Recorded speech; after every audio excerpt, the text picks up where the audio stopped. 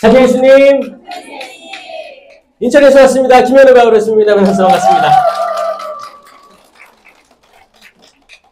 반갑습니다. 모두 복 많이 받으시고 하시는 일마다 다 잘 되셨으면 좋겠습니다. 우리가 주님 안에서 믿음을 가지고 있으면 다 잘 될 거예요. 믿음을 가지고 있으면 잘 될 거예요. 믿음이 있다는 말은 우리가 물가에 심겨진 나무와 같습니다. 그 나무는 제때 물을 또 양분을 흡수할 거예요. 다달이 또 때가 되면 열매를 주렁주렁 맺을 거예요. 여러분들 열매 많이 맺었죠? 아직 못 맺은 사람도 있죠? 내 열매는 언제 나오는 거야? 언제쯤 내 기도가 들어질 거야? 답답한 사람도 있을 거예요. 글쎄요, 때론 우리가 우리 삶에서, 우리 생에서 내가 그 열매를 보리라, 보리라에 집착하면 사실 신기하게도 하느님께서는 더 크고 놀라우신 분이잖아요. 이게 사람이 포기할 때까지 기다리시는 분이에요. 사실 가장 큰 좋은 열매는 우리가 포기할 때 비로소 맺히거든요. 너무 신기해요. 근데 사람은, 어리석은 인간은 주님, 제가 살아있을 때 내 자녀들 성공하는 거 보게 해주세요. 보게 해주세요. 그래, 그렇게 청할 수는 있지. 청할 수는 있지만 항상 우리의 기도의 끝에는 뭐라고 해야 되냐? 주님, 제가 이렇게 원합니다. 하지만 제 뜻대로 하지 마시고 아버지의 뜻대로 하소서. 제 뜻대로 안 될 것도 제가 받아들입니다. 제 뜻대로 제가 원하는 때 안 될 수도 있다는 것을 압니다. 주님, 이 기도까지 가는 영혼이 얼마나 될까? 저는 여러분들 다 됐으면 좋겠어요. 정말 신기한 거예요. 저도 이제 그런 청원 기도 많이 하죠. 뭐 해주세요. 뭐 됐으면 좋겠어요. 우리 부모님께 아니면 우리 형제, 자매, 지금 뭘 준비하고 있는데 잘 됐으면 좋겠어요. 계속 기도하는데, 세워라, 내어라, 그 기도가 응답이 없는 거예요. 그리고 기도하는 게 과연 효과가 있을까라는 의문이 들고, 이 세상의 악을 물리쳐달라고 기도를 계속 하는데 생기는 안 좋은 것들 많죠? 정말 충격적인 일들이 많이 있습니다. 그럴 때 과연 하느님이 계시는가라고 의문점이 들 때가 있어요. 의문점이 들 때가 있습니다. 악마는 그걸 이용할 거예요. 그 의문점들. 그래, 야, 너네가 기도 아무리 해봤자 그거 안 돼. 헛수고하는 거야. 아니야, 끝났어. 아무것도 아니야. 이런 부정적인 생각이 들어오는 건 우리 악마의 외침이라는 걸 인식하셔야 됩니다. 그럴 때 어떻게 해야 돼요? 주님, 사탄의 속박에서 해방시켜 주소서. 이 해방기도가 그때 필요한 거예요. 해방기도가. 이 해방기도는 우리가 항상 하는 거예요. 사실 성수 찍고 기도할 때 주님이 성수로 제 죄를 씻어주시고 마귀를 쫓아내야 돼요. 털어내야 돼요. 마귀는 진짜 지혜로워가지고 그러잖아요. 예수님께서도 뱀처럼 슬기롭고 비둘기처럼 양순하여라 라고 하잖아요. 뱀처럼 슬기롭고, 이 뱀은 악마의 상징이란 말이에요. 뱀처럼 슬기로우래요. 그 뭐예요? 악마한테도 배울 점이 있다는 거예요. 악마란 존재하고 악마의 모든 놀라운 활동은 우리가 배울 점이 있습니다. 있어요. 악마라고 해서 무시하고 악마가 어딨어, 믿지도 않고 악마의 활동 무시하고, 악마는 저 밑에 있는 그런 나약한 그런 거기 때문에 무시해도 돼, 이게 아니고 악마가 어떻게 지혜롭게 우리 삶을 깊숙이 들어오는지를 확인해야 되고, 되게 약삭빠르구나, 요놈들이. 악마가, 사탄이 약삭빠릅니다. 아주 지혜로워요. 아주 지혜로워요. 그래서 아주 지혜롭게 들어오는 그런 것들을 탁탁 털어낼 수 있어야 됩니다. 아멘? 네. 여러분들도 악마의 현존을 체험하시나요? 이 신앙인들 중에 딱 두 부류예요. 두 부류.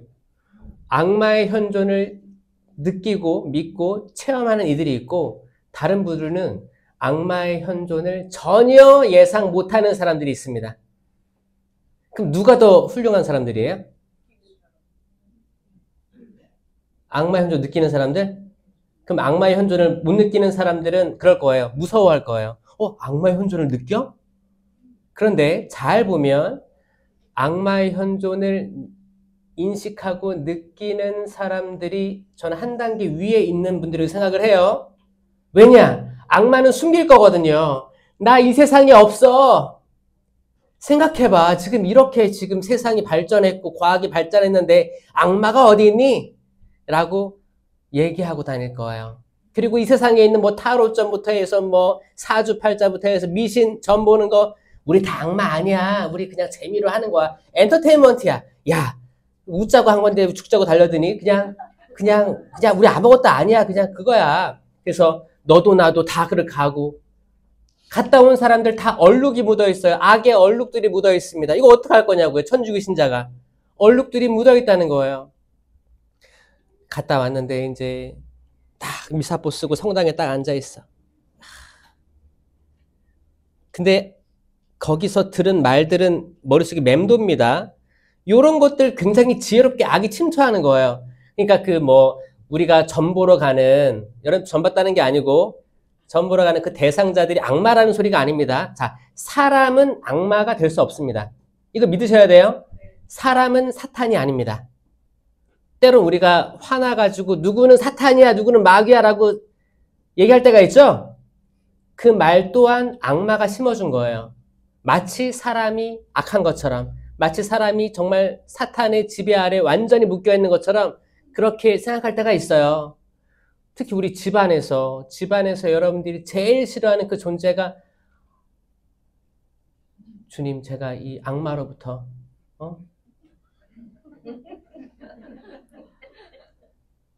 그게 아들이 될 수 있고 딸이 될 수 있어요. 정말 때로는 우리가 이 나이가 되면 자기 앞가림 자기가 하고 더 이상 엄마 아빠한테 손 안 벌려야 되는데 계속 벌리는 거야. 그러면 이게 나중에 어떻게 돼요? 너무 속상한 나머지 내가 얘를 왜 낳나, 왜 키웠나. 그리고 이제 나중에는 또 천주교 신자가 아닌 며느리 사윗감이 와서 데려가. 그럼 악마가 채갔다, 사탄이 채갔다. 묵주기도 백날에. 자, 이거 잘못된 거예요. 자, 사람은 악마랑 완전히 동일시될 수 없습니다. 절대. 악마는 영이에요. 영적인 존재이기 때문에 언제든지 개입할 수 있는 것 뿐이지, 그리고 이제 조금 더 개입을 많이 하거나 영향을 줄 수 있을 뿐이지, 사람 그 자체가 악마화 될 수 없습니다. 그래서 여러분 주변에 누군가가 저 사람은 악마야, 저 사람은 사탄이야 라고 말하는 사람이 있다면 그 사람들 피하시면 좋겠어요. 그렇지 않습니다. 모든 사람은 하느님의 모상입니다. 하느님의 모상으로 참 좋게 만들어졌어요. 아멘? 모든 사람을 사랑할 수 있어야 됩니다. 여기서도 이제 신앙인하고 종교인하고 차이가 나는 거지. 종교인은 뭐예요? 나 그냥 전화가 왔어. 갤럽입니다. 갤럽 조사하는데 당신의 종교는 무엇입니까? 1번 천주교, 2번 불교, 3번 개신교 이렇게 있어요. 그러면 번호를 누르죠. 그 번호 누르는 게 종교인이에요. 그 조사에서는 이 사람이 얼마나 성당을 나갔고 얼마나 영성체를 잘했고 얼마나 고해성사를 잘했는지를 물어보지 않습니다. 당신의 종교는 무엇입니까? 그럼 누르는 거예요. 지금 내가 10년 동안 냉담인데 그래도 세례 받았으니까 천주교 딱 눌러. 그 퍼센테이지가 지금 11%라는 한국 천주교에 11% 천주교의 신자가 있다라고 하는 그 조사에 나오는 거예요. 그러면 11%가 진짜 신앙인들이에요? 아니라는 거죠. 정말 다들 교적이 있겠지만 교적에서 몇 프로 나올 거예요? 성당에 꾸준히. 각 성당마다 교적의 반 밑으로 떨어져요.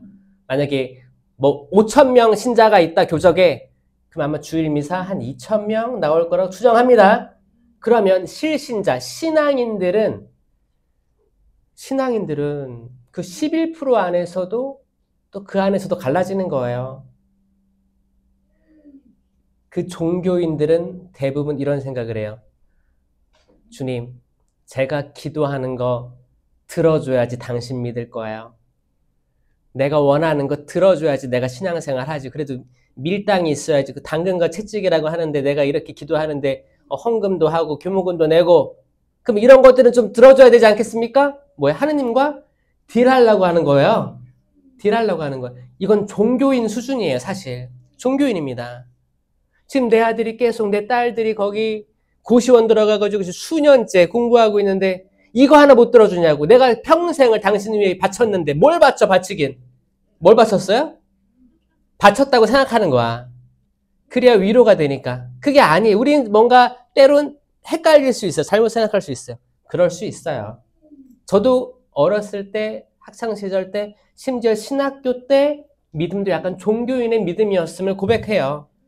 그때까지만 해도 뭐 강하게 하느님 정말 당신 뜻대로 하소서 이 기도가 나오지 않았던 것 같아요.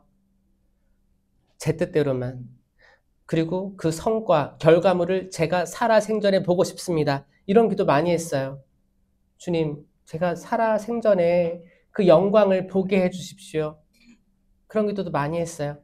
청할 수는 있지만 그게 모든 것이 될 경우에 나중에 그게 안 됐을 때 우리한테 어마어마한 공허감으로 옵니다. 공허감이에요.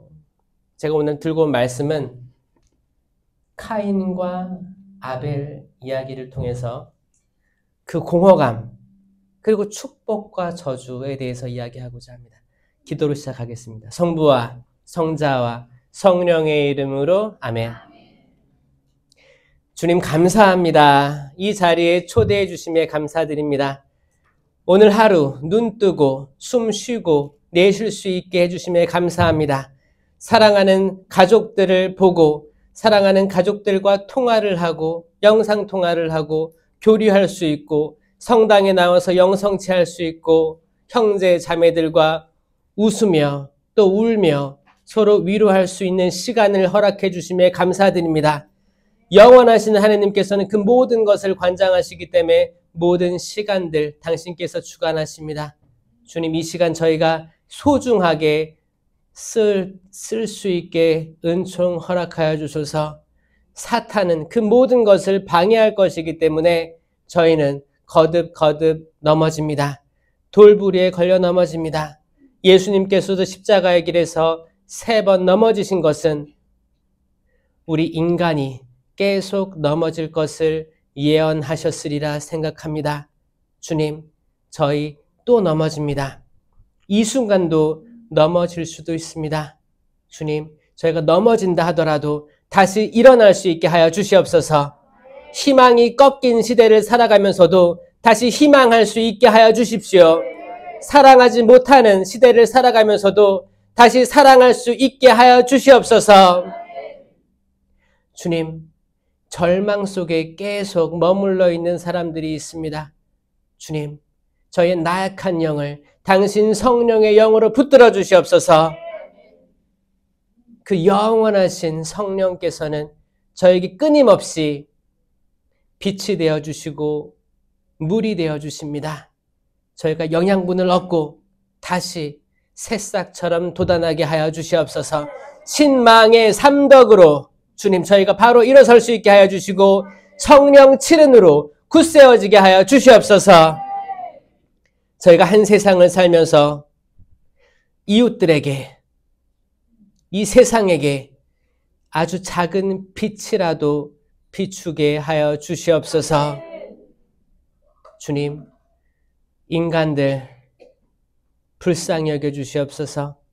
자기만 옳다고 생각하는 그 모든 아집을 가진 인간들을 불쌍히 여겨 주시옵고 자비롭게 보아 주시옵소서. 눈에 보이는 것만 보고 눈에 보이지 않는 것을 보지 못하는 어리석은 인간들에게 자비를 베풀어 주시옵소서.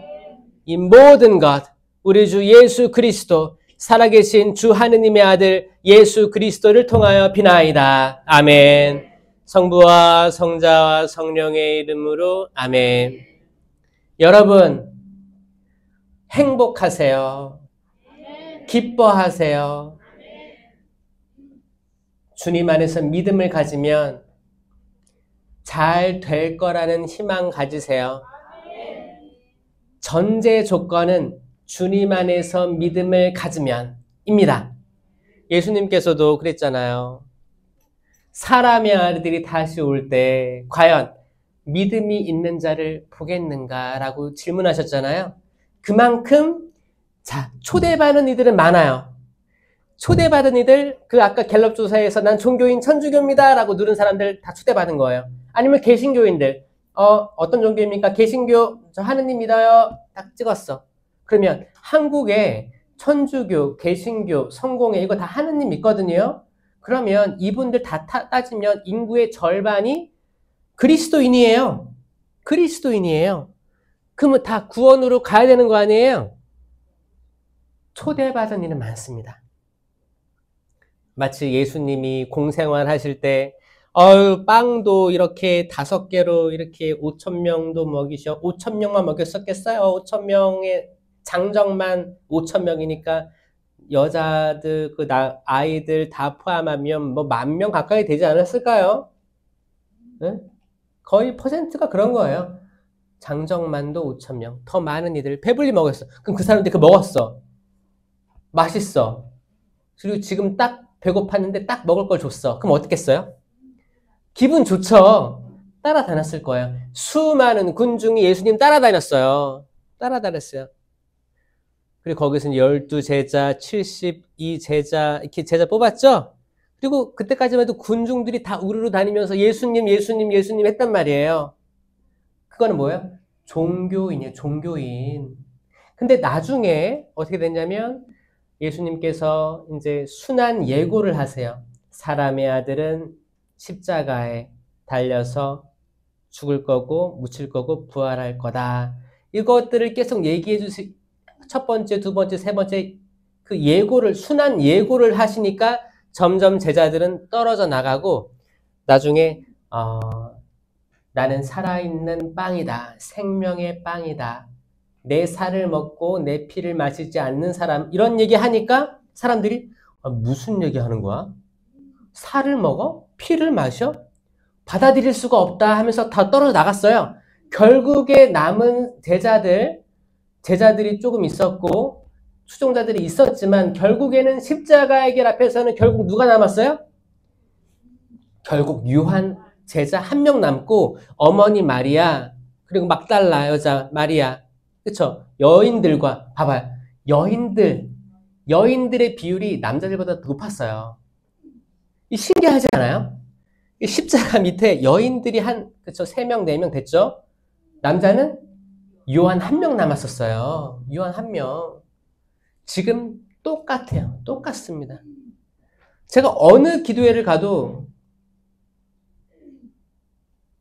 80% 이상이 여성들이에요. 그러니까 여러분들은 뭔가 생명을 따라다니는 사람들 같아요. 남자들은 일 나갔다고요? 일이 없어도 안 나올 거예요. 일이 없어도 안 나오세요. 그래서 저는 어디든 갈 때마다 남성들이 나오면 정말 좀 박수를 쳐주고 싶어요. 여기서도 지금 3명 계신가요, 남성들? 저 남성들, 우리들이 아버지들을 위해서 박수 한번 쳐주세요. 저 여러분들 다 잘 됐으면 좋겠습니다. 잘 됐으면 좋겠습니다.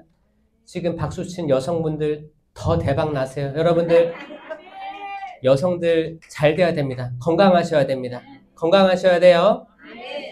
마음이 든든하셔야 돼요. 건강하시고 든든하셔야 됩니다. 여성들이 요즘에 많이 아파요. 여성들이 많이 아파요. 마음이 아프고 잠 못 자고 이렇게 정신적으로 좀 이렇게 다운되어 있는 분들이 많은데 여러분들 정신줄 꼭 잡으셔야 됩니다. 여성들. 성경에도 여성들을 쭉 나와요. 여성들이 헷가닥하면 또 많은 남성들을 무너뜨릴 수 있는 힘이 있어요. 건강한 여성들이 많아야 됩니다. 건강한 여성들이 많아야 돼요. 여성들을 특별히 축복하셨어요. 하느님께서. 여성들을 특별히 축복하셨습니다. 꼭 기억하시고 여성들은 건강해지시려고 노력해야 되고 남성들은 그냥 지금 많이 지금 방황하고 있어요. 이 세상에서 방황하고 있는 남성들을 위해서 기도해 주셔야 되고, 혹시나 나온 분들은 남성들은 남성들을 잘 알아요. 그래서 남성들이 남성들을 더 이끌어올 수 있도록 기도해 주셔야 돼요. 그래서 이 퍼센테이지가 좀 비슷해졌으면 좋겠는데, 아마 이건 성경에 나온 걸 근거로 하면 계속 이 퍼센테이지가 있을 거예요. 여성들이 많을 거예요. 그 종교 성심을, 심성을 가진 여성들이 하느님께로 불리움 받았기 때문입니다. 성경에는 많은 이야기가 나오지만 그 남자, 여자 그 얘기 말고 특히 남성들이 어떻게 우매하게 하느님 눈에 거슬리는 짓을 많이 했느냐가 나와요. 많이 했느냐가 나와요. 그 중에 처음 등장하는 게 그거죠. 처음에 이제 아담과 하와에서는 남녀에 대한 이야기였어요. 전체적으로는 아담, 사람에 대한 이야기였지만 기본적으로 남녀에 대한 걸로 받아들이잖아요. 에덴 동산 이야기. 그 다음에 바로 나오는 게 이제 카인과 아벨에 대한 이야기인데, 이건 다 많이 읽어보셨죠? 성경 많이 읽어보셔서 대충 다 알잖아요, 이야기를. 카인과 아벨, 누가 좋은 사람이었어요?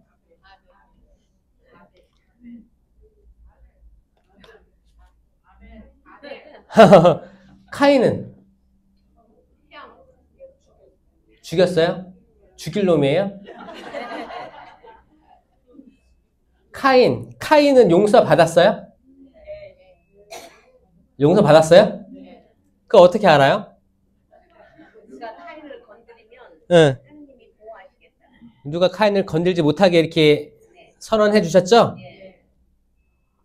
그럼 카인은 나쁜 사람이에요? 지금도?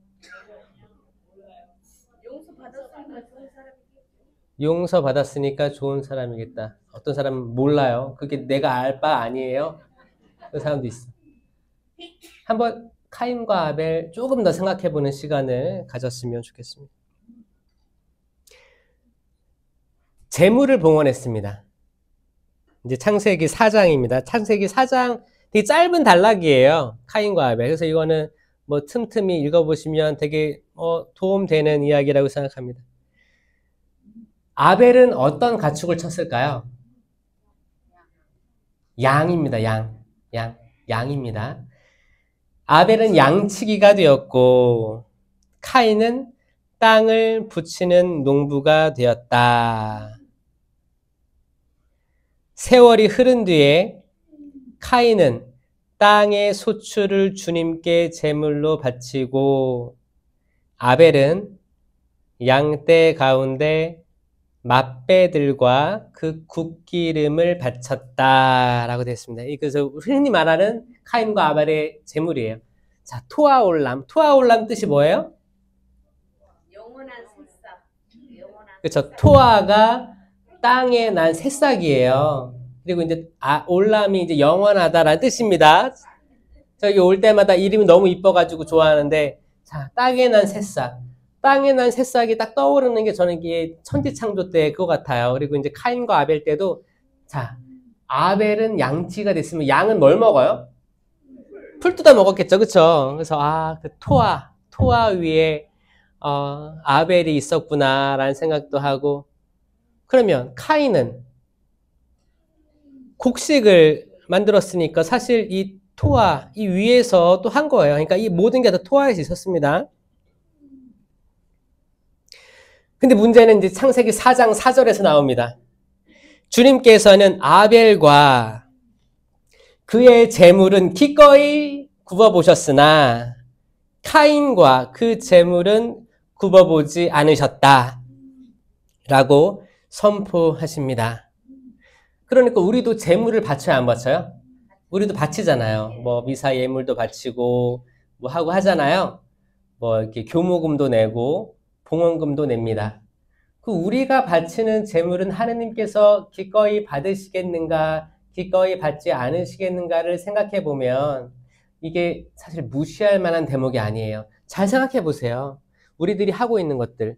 때론 우리가 미사 예물 봉헌하죠. 그럼 정성껏 이렇게 이름을 써가지고 거기에 어느 정도 이렇게 넣습니다. 왜냐면 우리가 지금 뭐 소나 양을 잡아가지고 그 제사를 바칠 수가 없잖아요. 여러분, 지금도 이렇게 소나 양을 잡아서 제사 바치는 사람들이 있는 거 알아요? 그리스도교가 아니면 이렇게 바치고 있어요. 예를 들어서 뭐 이슬람이나 이제 뭐 유대인들, 그러니까 구약 성경을 믿고 있는데 아직 메시아가 오지 않았다고 믿는 종교들은 다 그렇게 지금도 해요. 근데 천주교는 뭐예요? 천주교, 개신교, 성공회는 뭐예요? 마지막 희생제물, 예수 그리스도, 완전 봉헌물, 그분의 옆구리에서 나온 피와 물로써 마지막 희생 제사가 끝난 거예요. 정말 그 피를 드러내고 물을 드러내는 이 제사가 끝난 거예요. 예수 그리스도 이후에는 더 이상 우리는 그런 또 이렇게 사륙을 통한 제물을 하지 않습니다. 끝난 거예요. 끝나서 그 다음에는 뭐 현물, 뭐 이렇게 뭐 그쵸 곡식이라든지 이런 걸 봉헌했다가 지금은 좀 편해진 거예요. 지금 돈을 어느 정도 해서 봉투에 넣잖아요. 개신교 보면 봉투가 그렇게 많아요. 가보셨어요, 개신교?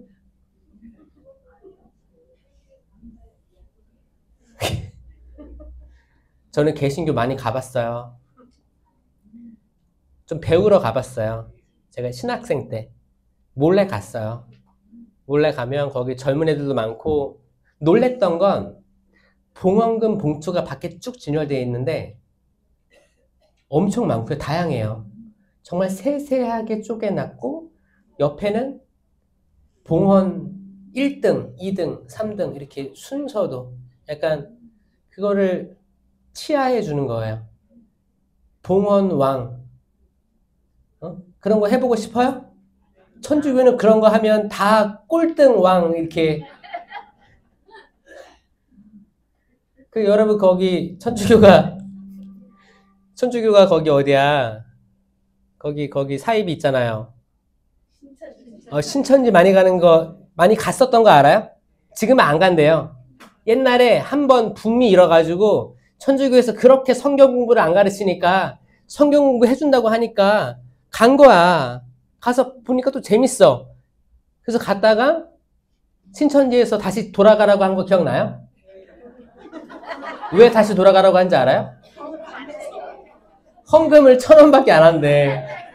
그래서 다시 돌아가라고. 재정에 별로 도움이 안 되는 거야. 간식값이 더 드는데. 뭐 우스갯소리겠지만 그렇게 천주교인들이 성경 공부에 대한 관심이 높아지고 있는데 사실 성당에서 잘 성경 공부에 대해서 이렇게 사실 뭐 여력이 안 된다고 하기보다는 그런 양성이 저조했다. 사실 뭐 청년 성경 성서 연수 막 이렇게 청년들에게 좀 했는데 어른들에게 성경 공부할 기회가 많이 없었다.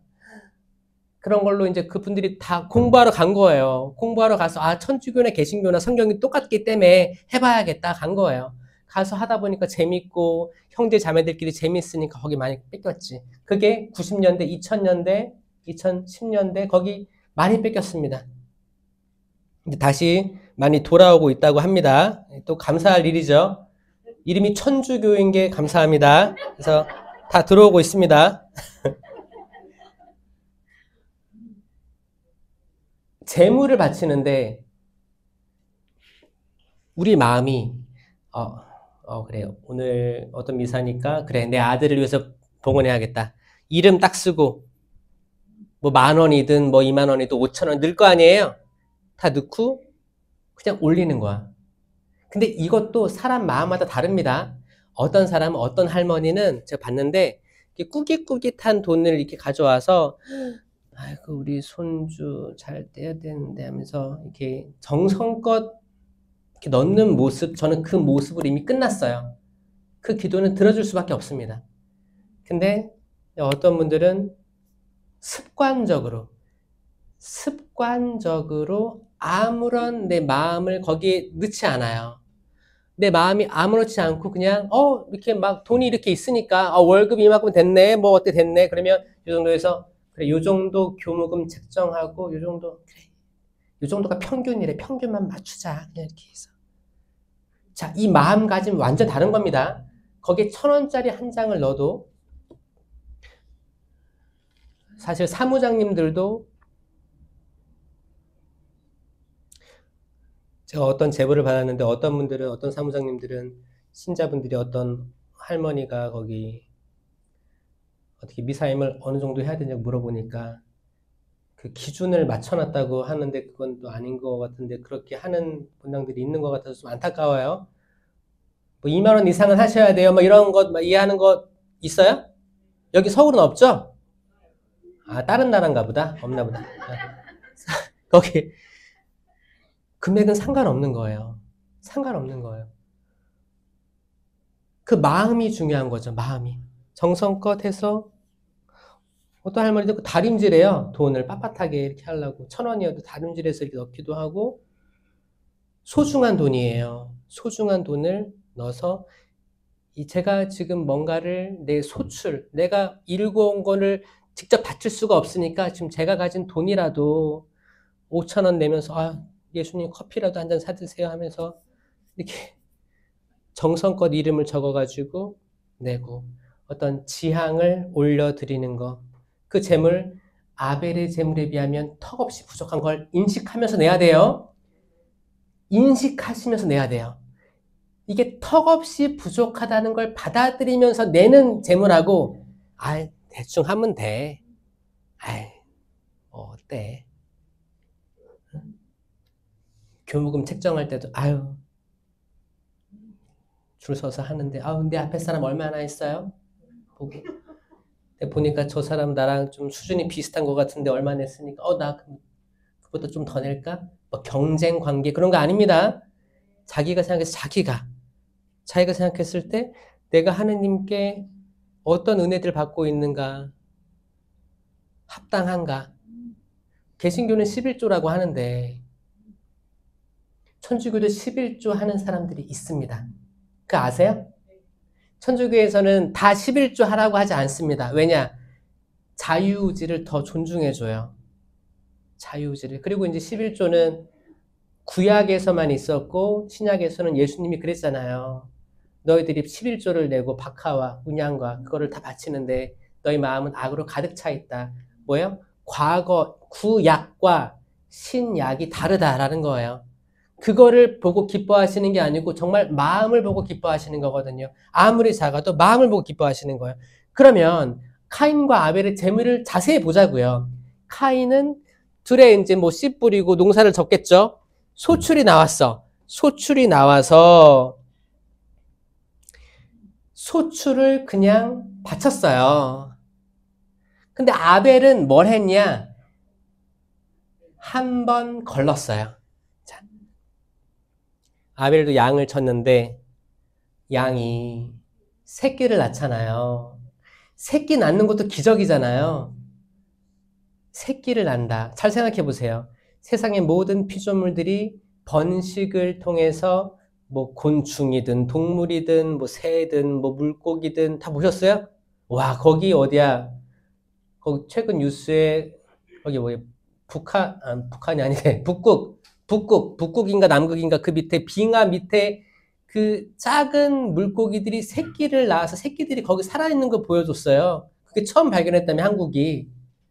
근데 그 정말 마이너스 몇 도가 되는 그 수중에서도 그 새끼 물고기들이 이렇게 얼음에 붙어 있어가지고 생존을 한다는 거예요. 생명의 신비죠. 생명의 신비예요. 동물이 새끼를 낳는다는 건 신비입니다. 신비죠. 이건 인간이 복제하려고 하는 뭐 그런 과학기술 이런 거는 전혀 상관없이 그 자체로 어마어마한 신비예요. 그건 인간들이 그 동물들이 잘 몰라요. 어떻게 해서 그런 어떻게 과정에서 그게 세포가 분열돼 가지고 똑같은 엄마 아빠와 똑같은 자손이 생기는 건지 기가 막힌 거거든요. 생명이 태어났는데 그 중에 맏배를 바쳤다. 맏배가 뭐예요? 처음으로 엄마 태를 열고 온 똑같은 후손을 바친 거예요.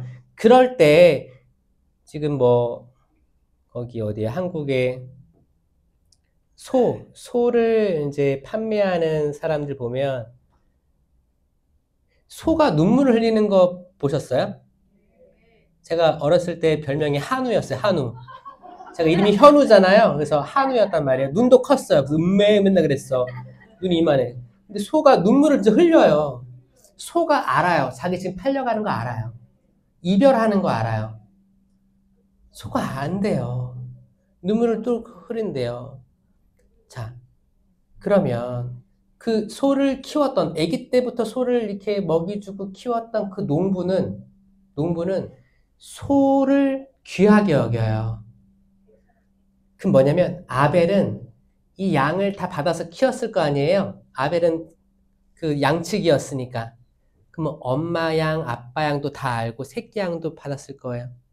근데 이 엄청나게 소중하고 신기한 이 생명을, 너무 신기하고 너무 좋고 사랑스럽고 그런데 하느님이 주셨으니까 하느님께 봉헌해야겠다. 그 마음 뭐냐면 아벨은 자기 스스로를 바친 거예요. 아벨은 이 새끼 양은 자기와 동일시된 거예요.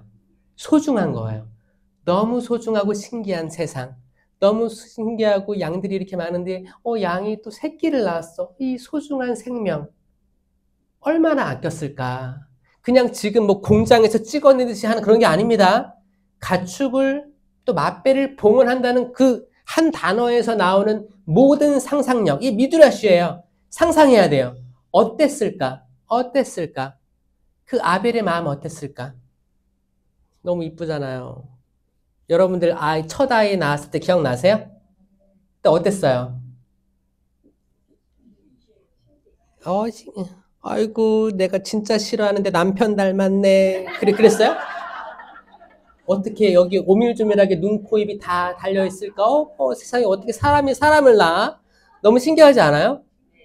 저를 안 낳아봤어도 대충 알 것 같아요. 얼마나 이뻤을까? 그 애기, 어떻게 이 탯줄로 엄마가 그 섭취한 영양분이 전달될까? 어떻게 그 양수로 가득 찬 그 안에서 어떻게 숨을 쉬고 살았을까부터 해서 되게 생명이 신비롭잖아요. 그리고 아이가 태어나서 어떻게 응애하고 처음에 이렇게 입을 틔었을까? 그 혀도 다 있고, 발가락, 손가락 다 있고, 어떻게 이런 생명이 존재할까? 아벨은 그걸 다 보고, 너무 소중한데, 하느님께 드려야겠다라는 생각을 먹게 되는 거예요. 아벨에게 하느님이 나타나서 아벨아 너 첫 소출을 나에게 바쳐야 하느니라 명령하지 않았어요. 자기 자유의지로 보니까 이게 제일 소중한 거야. 자기의 모든 걸 봉헌하고자 마음 먹었어요. 근데 여기서 그 양을 바쳤다는 거에서 끝나지 않고 뭐라고 하냐면 굿기름을 바쳤다. 굿기름이 뭐예요? 굿기름. 그쵸. 맞아요. 기름이에요. 기름, 지방입니다, 지방. 지방인데 뭐, 거기, 기름은 굳잖아요. 굿기름인데, 그게 좋은 기름. 제일 뭐, 이렇게, 고소한, 먹었을 때 고소한. 아니면 그게, 양이 좀 살이 찌었다는 증거로, 그러니까 잘 키워졌다는 증거로 쌓인 내장 지방, 그런 거예요. 여러분도 굿기름 많으시죠? 다 잘 먹고 잘 사시면 굿기름 생겨요, 다. 그러니까 굿기름 바쳤다는 건 뭐냐면 양을 죽였다는 거예요. 양을 죽여서 토막 냈을 때 나오는 그 기름이에요. 그러니까 옛날에 제물을 바칠 때 어떻게 하냐면 다 관절도 다 끊고 다 생명을 죽이는 거예요. 피를 땅에 쏟고 다 죽이고 그걸 불살라서 그 향내를 봉헌했다고 나와 있어요. 그리고 그 기름이 떨어질 거 아니에요. 그거를 봉헌했다. 그러면 땅의 소출을 봉헌한 카인은 뭐 인간적인 노력이 없었을까요? 있었겠죠. 거기도 뭐 이렇게 씨 뿌리고 가만히 있으면 해도 뜨고 비도 내리고 해가지고 이렇게 해서 수확해가지고 그쵸? 수확해가지고 이렇게 봉헌했겠죠. 문제는 거기서 자 들에 난 소출에는 그렇게 뭐 굿기름이라든지 거기서 첫 소출을 봉헌한다? 이런 느낌보다는 되게 동시다발적으로 났을 거 아니에요. 그 봉헌한 것 뿐이에요. 그런데 하느님께서 아벨의 제물을 기꺼워하셨다. 이제 카인은 화가 납니다. 화가 나요. 창세기 4장 5절에서 첫 번째 인간의 화가 등장합니다. 카인은 그냥 화를 냈어요? 몹시 화를 내며 얼굴을 떨어뜨렸다라고 되어 있습니다. 자, 두 가지입니다. 화를 냈어요. 몹시 화를 냈어. 최근에 여러분들이 몹시 화를 낼 때가 언제예요? 몹시 화를 내본 적 있어요? 몹시 화를 냈다. 뭘까요? 몹시. 그냥 약간 경노하거나 컨트롤 안 되는 화예요. 컨트롤 안 돼서 화를 냈는데 심장이 두근두근거리고, 그쵸? 혈액순환도 빨리 되고, 뭔가 이 화가 주체가 안 되는 거예요. 그런 화예요. 그런 화. 그렇게 화를 냈는데 동시에 얼굴을 땅에 떨어뜨립니다. 자기가 화를 내고 자기가 감당할 수 없을 때 이런 것들이 있어요. 또 화를 내고 또 후회하잖아요. 인간이란 게 그런 것 같아요. 아, 내가 뭐 때문에 무슨 세상 부귀영화를 다 누리고자 뭐 하냐, 개하냐 하면서 얼굴을 떨어뜨립니다. 얼굴을 떨어뜨린다는 건 더 큰 의미로 그런 게 있죠. 분이 삭히지 않는 거예요. 그렇죠. 고개 떨어뜨리고, 야, 밥 좀 먹어. 건드리지 마. 아, 괜찮아. 우리 뭐 밖에 나가서 커피 한 잔 먹을까? 아니야. 이런 사람들 있죠?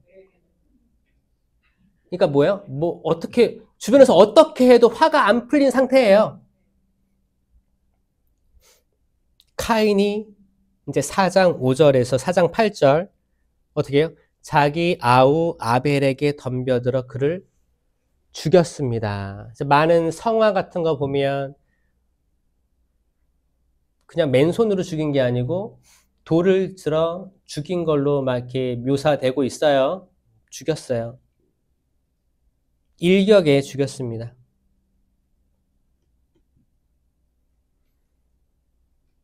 일격에 죽였어요. 우리도 그러고 싶은 사람들이 있죠? 일격에 죽이고 싶은 사람 있어요? 없어요? 어유, 다들 훌륭하신 분이. 있었는데 없어졌어요? 그런 생각이 들면 악마에게서 오는 생각인지 꼭 아셔야 돼요. 사람이 사람의 피를 흘리면 안 됩니다. 생각으로도 그렇게 하면 안 돼요. 예수님이 이제 십계명에 대해서 해설해 주시면서 하시는 말씀이 뭐였냐면, 너희가 살인하지 말라는 말을 들었다. 나는 이렇게 얘기한다. 형제에게 바보, 멍청이라고 하는 자, 그 의회에 끌려가고, 그쵸? 불붙는 지옥에 떨어지고, 차라리 연자매를 걸고 떨어지는 게 낫다. 그러잖아요. 그러니까 뭐예요? 말이나 생각으로 사람을 죽이는 것도 똑같이 사람을 죽이지 말라랑 계명을 어긴 거랑 똑같다라는 거예요. 이 기가 막힌 말씀이거든요. 그러니까 십계명에 사로잡혀 있던 율법학자들, 바리사이들은 이것만 안 하면 되는 건데 예수님이 이걸 더 확장을 시켜주셨어요. 그게 아니다. 생각, 마음으로 그럴 수 있다. 어떤 여자를 보고 마음으로 음욕을 품으면 간음하지 말라를 어긴 거다. 설명해 주시는 거예요. 하느님께서 카인에게 묻습니다. 카인아, 내 아우 아벨은 어디 있냐 물어봤어요. 카인은 아벨을 죽였는데 여전히 화가 안 풀렸어요. 죽였어요. 근데 화가 안 풀렸어요. 뭐라는지 아세요? 하느님한테? 모릅니다. 하고 차라리 끝났으면 좋았을 거예요. 뭐라고 했어요? 제가 아우를 지키는 사람입니까? 제가 지키는 사람입니까?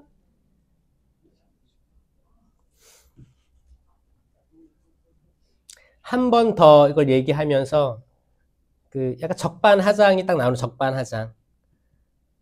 모르는데 약간 의무성을 얘기하는 거예요. 제가 만약 마치 당신이 저에게 아우를 지키는 그런 의무를 주셨습니까? 저한테 왜 물으십니까? 따지는 거예요. 자, 화가 풀렸어, 안 풀렸어요? 자, 화가 안 풀린 전형적인 사람의 대답이에요. 집에 가서 이제 첫째한테, 야, 동생 어딨어? 모릅니다. 몰라요. 내가 동생 지키는 사람이에요? 그렇게 하면 분명히 첫째가 뭔가 잘못한 게 있을 거예요. 지키는 사람입니까? 모릅니다. 하느님께서 이야기하십니다. 내가 무슨 일을 저질렀느냐? 들어보아라. 내 아우의 피가 땅바닥에서 나에게 울부짖고 있다. 자, 피가 땅바닥. 이건 재물 얘기하는 거, 재물. 만약에 그 아벨의 재물은 그 양의 피가 땅에 있었죠. 지금 사람의 피가 땅에 있는 거예요. 사람의 피가 땅에서 있는데 울부짖고 있다. 이제 너는 저주를 받는다. 자, 저주가 처음 등장합니다. 저주가 이제 아담과 하와 이후에 처음 등장하는 거예요. 저주를 받아 입을 벌려 내 손에서 내 아우의 피를 받아낸 그 땅에서 쫓겨난다. 너는 저주를 받아 땅에서 쫓겨나게 되는 거예요. 땅에서 쫓겨나는 거. 이거는 아담과 하와도 똑같습니다. 아담과 하와는 피를 흘리진 않았지만 땅에서 쫓겨난 거예요. 에덴에서 쫓겨났습니다. 왜? 죄를 지어서. 카인은 피 때문에 쫓겨납니다. 내가 땅을 붙여도 그것이 너에게 더 이상 수확을 내지 못할 것이다. 아무리 노력해도 안 될 것이다. 이게 저주예요. 아무리 공부해도 안 돼. 아무리 사업을 해도 안 돼. 아무리 건강 비타민제 쳐먹어도 아니 어떤 분들은 정말 약을 비타민을 이렇게 막 한 보따리를 그쵸? 배부르시대요. 그거를 해도 아무리 건강을 챙겨도 안 된다는 거예요. 이게 저주예요. 저주예요. 어떻게 하면 사람을 죽였을 경우에 사람을 죽이면 그 모세도 피를 흘려가지고 사람이 피를 흘렸죠. 그래서 결국 약속의 땅에 못 들어가잖아요. 약속의 땅을 바라는 봤어요. 바라보고 기도도 양팔 벌리고 기도했잖아요. 여호수아가 열심히 싸우고 모세는 약속의 땅에 들어가지 못하고 거기서 머물러야 됐습니다.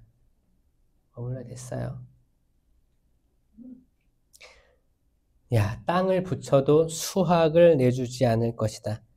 너는 세상을 떠돌며 헤매는 신세가 될 것이다. 여러분, 그래서 재물을 잘 바쳐야겠어요? 못 바쳐야겠어요? 잘 바쳐야겠죠? 잘 바쳐야 돼요. 근데 사람이라는 게 바빠가지고 또 정신도 없어가지고 잘 바쳤다고 생각하지만 잘 못 바칠 때가 있겠죠? 인간이 하는 게 그래요. 인간이 하는 게 100% 완전할 수가 없습니다. 이것도 받아들여야 돼요. 이게 받아들이는 게 겸손한 거예요. 아, 내가 최선을 다했지만 한없이 부족하구나. 수험생들이 수능시험 보러 가가지고 기도하는 수험생들이 얼마나 많을까요? 그러니까 주님 제가 최선을 다해서 했습니다. 하지만 인간이 하는 게 완벽한 게 없습니다. 지금 당신께 봉헌합니다. 이 기도를 하고 시험 보거나 어떤 뭐든지 하면 잘 될 텐데 그 순간에 기도하겠다는 마음 먹는 이가 얼마나 있는가.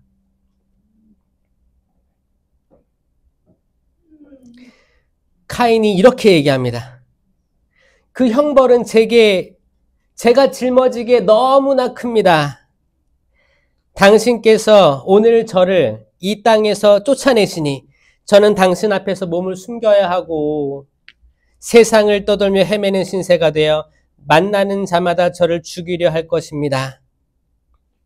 사실 카인은 회개하지 않았습니다. 회개한 적이 없어요. 근데 뭐예요? 두려워했지. 이 벌이 너무 커요 라고 했지 돌아오지 않았어요. 돌아오지 않았습니다. 그런데도 하느님 뭐라고 하시냐면 누구나 카인을 죽이는 자는 7 곱절로 안갚음 받을 것이다 라고 선언하시면서 카인의 마음을 조금 누그러뜨리는 것 뿐이지 회개 이런 장면이 아닙니다. 자, 카인이 이렇게 그 분노에 사로잡혀가지고 분노에 사로잡힌 거예요. 분노에 가득한 사람들 만나보면 답답할 때가 있어요. 그 어떤 말도, 그 어떤 음식도, 그 어떤 음료도 그 분위기를 바꿀 수가 없을 때가 있어요. 그럼 뭐가 필요해요? 시간이 필요해, 시간. 시간이 필요해서 기다려야 돼요. 다 누그러질 때까지. 아직 누그러지지 않았어요. 그냥 두려워하는 거예요. 내가 이걸 잘못했는데 형벌이 크다고 하니까 하느님이 그래도 하느님이 내 편 돼주시네. 좀 그러면서 떠나가게 되는 형국입니다. 하느님께서 여러분의 재물 안 받을 수도 있어요. 안 받으면 안 돼요? 맞아요. 그러니까 맞아요. 근데 그런 거는 약간 종교인 수준이라는 거고 우리가 신앙인의 길에 올라가려면 그런 기도하시면 좋아요. 항상 무조건 마지막에 제 뜻대로 하지 마시고 아버지의 뜻대로 하소서. 주님, 제가 바치는 그 어떤 재물, 어떤 봉헌금도 완벽할 리가 없습니다. 주님, 제가 미사 오는 것도 지금 세상이 너무 복잡하고 우리 집안도 이상하고 그래가지고 집중이 안 됩니다. 기도할 마음이 안 나요. 근데 미사 왔어요. 미사 빠지기 싫어가지고 봉헌을 내도 이 봉헌이 진짜 봉헌인지 나를 내 온 존재를 봉헌한 건지 그냥 지갑에 있는 거 그냥 덜렁 내는 건지 헷갈릴 때가 많아요. 도저히 이게 믿음이라고 볼 수가 없습니다. 라고 생각하는 사람이 있을 거예요. 그렇지 않아요? 저도 이게 헷갈렸거든. 저는 어렸을 때 초등학생인가 그때 형이랑 저랑 성당 간다고 하면 부모님이 이렇게 돈을 주셨어요. 헌금 내라고. 사실은 원래 헌금의 의미는 내가 받은 용돈에서 어느 정도 먹고 어느 정도 남겨놨다가 이걸 봉헌해야지 헌금인데 그때만 해도 돈 없다고 헌금한다고 하면 돈 주셨어요. 그럼 그걸 가지고 형하고 저는 사이좋게 오락실로 갔습니다. 오락실에 가면 1,000원을 넣으면 동전이 추르륵 나와요. 거기서 오락도 몇 게임 하고 이제 이렇게. 근데 성당을 완전히 빼먹진 않았어요. 왜냐? 집에 가면 아버지가 복음 말씀 물어보거든요. 오늘 복음이 뭐냐? 그러면은 만약 미사를 안 갔어. 그러면 딱 걸리는 거예요. 딱 걸려.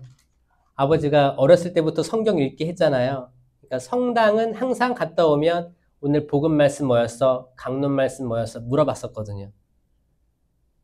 그러니까 뭔가 언제든지 답변할 준비가 되어 있어야 되기 때문에 때론 그랬어요.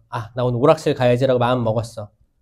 근데 분명히 물어볼 거야. 그러면 내 매일 미사를 외우는 거지. 오늘 복음은 요런 거 거기다가 이제 오락 열심히 하고 또 이제 영성치 할 땐 들어갔던 때도 있어요. 그러니까 그때 만약에 아버지가 엄하지 않으셨다면 엄격하게 안 하셨더라면 전 성체도 안 묻혔을 것 같아 생각해보면.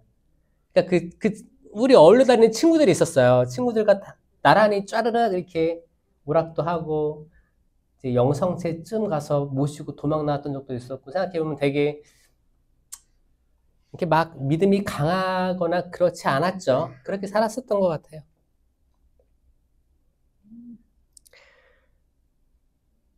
우리 봉헌을 그냥 그 자체로 이게 말도 안 되는 거구나. 턱없이 부족하구나를 받아들일 수 있는 영혼은 행복합니다, 여러분. 진짜예요. 오늘도 봉헌금 가져오셨죠? 일단 미사 때 봉헌하실 거죠? 전 여러분들의 마음이 바뀌었으면 좋겠어요. 그게 아무리 적은 돈이어도 아무리 큰 돈이어도 어떤 분들은 그렇거든요. 다 1,000원, 5,000원 내는데 나 5만 원 가져왔거든. 이렇게 되게 좀 어깨 피고 뭐예요? 난 너네랑 달라. 나는 이런 거 봉헌할 수 있어. 이 마음도 굉장히 악이 속삭이는 그 음성이에요. 자, 이 모든 것들로부터 초월해야 됩니다.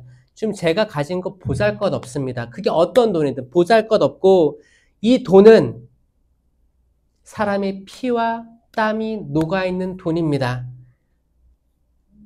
여러분, 돈이 되게 더럽다고 하죠. 돈 만지면 손 씻으라고 하지 않아요? 돈이 계속 사람 타고 돌잖아요. 깨끗한 돈이 있을까요? 누군가의 피가 묻어있을 수도 있고, 피땀, 생명이 묻어있는 돈일 수 있단 말이에요. 이거를 인식하는 것 자체가 어려운 거예요. 이거를 인식하셔야 됩니다. 인식하면서 주님, 이 돈이 어디서 흘러왔는지 모르겠습니다. 하지만 제 지갑에 들어왔고 저 이거 봉헌합니다. 주님, 이 부족한 재물을 받아 주시옵소서. 그리고 꼭 뭘 해달라는 게 아니고 당신 뜻대로 이루어 주소서. 당신 뜻대로 이루어 주소서. 제 뜻이 아니고 여러분 뜻 다 있을 거 아니에요. 제가 그 성령기도에 뭐 이런 기도에 오면 대부분 치유기도 이런 거 오는 사람들 보면 다 뜻이 있어요. 그 뜻이 있는데 그 뜻이 정확한 뜻이에요. 뭐예요? 나의 치유라든지 내 집안 사람들의 잘됨 이런 거거든요. 자, 그것들이 종교인 수준에서 머물면 안 됩니다. 종교인이 아니고 신앙인. 제가 이런 뜻을 가지고 있는 것도 숨기지 않겠습니다, 주님. 제가 이런 뜻을 가지고 왔습니다. 주님, 이 세속적인 인간이 이것밖에 안 됩니다. 근데 당신은 누구한테 얘기하겠습니까? 이것 뜻 가지고 왔는데, 주님, 이게 제 뜻대로 아니고 당신 뜻대로 당신이 원하시는 때에 이루어질 수 있게 하소서. 하느님께서 좋은 것을 많이 주셨는데 나쁜 것이라고 어떻게 거절할 수 있겠습니까? 나쁜 것이 다가온다 해도 그 뒤에 다가올 더 좋은 것이 있음을 믿기에 저는 견딜 수 있습니다. 그 믿음만 잃지 않게 해주십시오. 항구하게 해주십시오. 여러분, 이게 더 큰 봉헌이에요. 이 기도가 더 큰 봉헌이라고요. 여러분 나와가지고 돈을 내는 그 돈이 중요한 게 아니고 그 마음이요. 그 기도, 자유기도. 그 기도를 하면서 봉헌하시면 여러분 삶이 바뀔 거예요. 삶이 바뀔 겁니다. 그게 아벨의 제물이에요. 아벨의 제물. 여러분들이 직접 벌어서 여러분들이 헌금 내는 게 많아요? 아니면 남편이 벌어다 준 돈으로 헌금 내는 경우가 많아요? 아마 그럴 수 있어요. 맞아요. 아마 많은 분들이 남편 월급이 있으면 거기서 내가 통장 관리를 하니까 이렇게 해서 이렇게 하실 수도 있어요. 자, 그렇게 되면 더 이게 내가 직접 번 돈이 아니기 때문에 이 돈의 가치에 대해서 잘 모를 수도 있어요. 남편이 어떤 상황에서 어떻게 그 돈을 벌었는지를 잘 이해 못하고 남편은 돈 버는 머신이에요. 주님. 또 이렇게 받았어요. 감사합니다. 그리고 이 돈을 쓰면 한 단계 건너뛰기 때문에 이 돈의 가치에 대해서 잘 모를 수도 있단 말이에요. 거기에 대해서도 주님, 사랑하는 내 남편이, 응? 사랑하는 내 남편이, 아유, 꼴에 남편이라고 쥐꼬리만한 월급을 이렇게 가져왔네요. 제가 그럼에도 불구하고 주님, 저희 남편 축복해 주시고, 감사하고 사랑하는 남편, 존중하는 내 남편, 벌어온 이 돈을 제가 귀한데, 꼭 필요한데 쓸 수 있는 절제에 허락하시고, 제가 여기서 남편 성당 잘 못 나오니까 남편의 목까지 해서 봉헌금 봉헌합니다. 이 돈에는 피와 땀이 섞여 있습니다. 사람의 노동력이 있습니다. 자, 이거를 생각하고 내는 봉헌돈하고 월급날이야. 아, 요즘에는 다 계좌로 찍히죠? 계좌, 예전에는 이렇게 봉투에다가 이렇게 월급 주고 아버지들이 치킨 한 마리 사와가지고 막 그런 때도 있었는데 지금은 다 현금 이렇게 계좌 이체로 들어오고 글쎄요 그 돈의 가치에 대해서 숫자가 아니고 사람의 노동력이라는 거를 많이 이해하고 그거를 공감해주는 어머니들이 많았으면 좋겠네요. 만약에 딸이 아들이 용돈을 드렸다고 해도 그게 내 딸 아들이 내가 처음에 이렇게 나왔을 때는 조그맸는데 애들이 커가지고 뭐 배웠다고 이제 직장 나가가지고 뭐를 벌어가지고 엄마 주는구나. 그 숨은 노력들을 좀 아시면서 봉헌하는 그 마음이 그 돈 안에 녹아 있다면 그건 여러분 삶을 봉헌하는 게 되는 거예요. 아벨이 그랬다고요. 아벨이 그랬습니다. 마태오복음 23장 35절에 의인이라고 그래요. 의인. 아벨이 의인이래요. 의인 아벨의 피부터 너희가 성소와 제단 사이에서 살해한 스가랴의 피 이르기까지 땅에 쏟아진 무죄한 피의 값이 모두 너희에게 돌아갈 것이다 라고 예수님께서 말씀하셨어요. 예수님께서 선언한 아벨은 의인이었다. 의인입니다. 의인이에요. 의인이었어요. 히브리서 11장 4절에 믿음으로써 아벨은 카인보다 나은 제물을 하느님께 바쳤습니다. 지금 바오로 사도가 설명해 주는 거예요. 기가 막힌 거예요. 예수님 겪지 못한 바오로 사도. 부활하신 예수님 발현 때만 봤어요. 직접 살아생전 만나지 못했어요. 그런데 아벨에 대해서 이렇게 정의한 사람이 없어요. 믿음이었대, 믿음. 그 제물을 봤을 때 그 믿음이 있었기 때문에 하느님께서 아벨의 제물을 기꺼이 받아주신 거예요. 믿음. 여러분도 믿음으로써 제물을 봉헌하시기 바랍니다. 믿음으로써. 믿음 덕분에 아벨은 의인으로 인정받았습니다. 아멘. 우리 다 아벨이 돼야 됩니다. 아멘. 카인이 돼서 다 심판하고 질투나고 화내고 사람 죽이지 말고 죽이지 마세요. 어떻게? 생각으로 말로 죽이지 마세요. 설령 그인이 정말 악해 보여도 정말 악마 같고 사탄 같다고 보일 수도 있어요. 그 누구든 그거를 내가 판단해서 내가 죽이려고 할 때 내가 흑화되는 거예요. 내가 악마화되는 거예요. 거기에 동일시하지 마시고 막 어떤 사람은 되게 무례할 때가 있어요. 뭐 택시 탔는데 뭐 무례할 때도 있고 뭐 경비 아저씨가 무례하게 할 때도 있고 어떤 상점에 들어간 무례하게 할 때가 있어. 무례하게 할 때 우리는 어때요? 화가 날 때가 있잖아요. 화가 날 때가 있는데 이거를 부딪히면 내가 흑화되는 거예요. 이걸 악마가 원한다고요. 무례한 사람이 있으면 어떻게? 피해 가세요. 아멘? 그 무례한 사람이 오늘 기분이 안 좋을 수도 있고 아내에게 혼났을 수도 있고 비상금 걸렸을 수도 있고 그 이유는 모르는 거예요. 하여튼 무례한 거예요. 오늘 기분이 안 좋아. 그러면 이 사람 왜 나한테 무례합니까? 그럼 티카티카 하다 보니까 싸움 나는 거 아니에요? 그 자리를 피하셔라. 피해요. 하느님께서는 그의 재물을 인정해 주셨습니다. 아벨의 재물. 그는 죽었지만 믿음 덕분에 여전히 말을 하고 있습니다. 아멘. 그는 죽었지만 여전히 믿음 덕분에 말을 하고 있대요. 아멘. 이건 부활한 거예요. 부활. 죽었는데 여전히 지금까지도 말을 하고 있어요. 그래가지고 이제 미사 성찬 기도문 때도 아벨의 제물이 나와요. 우리 모두 아벨의 제물을 봉헌해야 되고 아벨 그 자체가 돼야 돼요.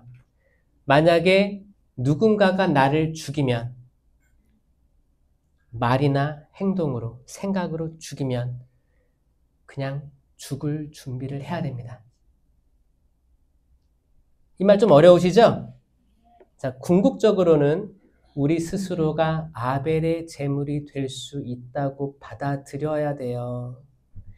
아니야, 나는 무조건 나를 건들면 죽여버릴 거야. 난 카인이야. 이 생각이 아니고 나 죄 없는데, 나 선량한 사람인데 누군가 나를 해코지 할 수도 있어요. 오해받을 수도 있어요. 그럼에도 불구하고 내 무죄함인데 누군가가 나를 그렇게 했어. 나는 이거를 복수하는 게 아니고 그냥 죽임 당하는 게 사실 예수님이 걸어오신 길이었습니다. 주님, 저들은 자기들이 무슨 말을 하는지 모릅니다. 용서해 주십시오 하고 본인은 십자가의 길에서 죽음을 걸어가신 게 예수님이에요. 아벨도 형이 아벨을 죽이려고 하니까 딱 피한 다음에 옆구리를 딱 친 게 아니고 죽이려고 정말 마음 먹고 죽이니까 죽어버린 거예요. 이거 어떻게 보면 굉장한 의미가 있어요. 우리는 과연 우리 스스로 산 제물이 되고자 하는 마음이 있는가? 아니면 무조건 다 쳐 죽이고 다 그냥 나를 반대하는 사람들은 다 죽어야 돼. 이 심판질, 손가락질 하는가? 이건 생각해 볼 거리가 있다는 거죠. 우리가 계속 부활신앙 얘기하는데 예수님과 같이 죽고 같이 부활합시다라고 얘기하는데 우리는 과연 죽을 마음이 있는가? 내 남편의 말에 내가 그냥 오늘 져주자, 내가 죽자 할 생각이 있는가? 아니면 남편한테 죽어라, 응? 내 아들에게 죽어라, 딸한테 죽어라, 모시고 있는 나이 많은 엄마, 노모 치매로 계속 힘들어, 엄마 이제 좀 죽어, 가, 힘들어, 이런 말이 마음속에 있대요. 내가 나를 죽이는 거는 자살을 이야기하는 게 아니고 내가 나를 깊이 죽이는 건 내가 하고자 하는 욕망, 내가 바라고자 하는 그 모든 것들을 점차 내려놓음으로써 하느님께서 하실 원하시는 바를 이루어 나가는 겁니다. 아멘? 아벨의 제물이 됩시다. 아벨의 제물을 하느님께 올립시다.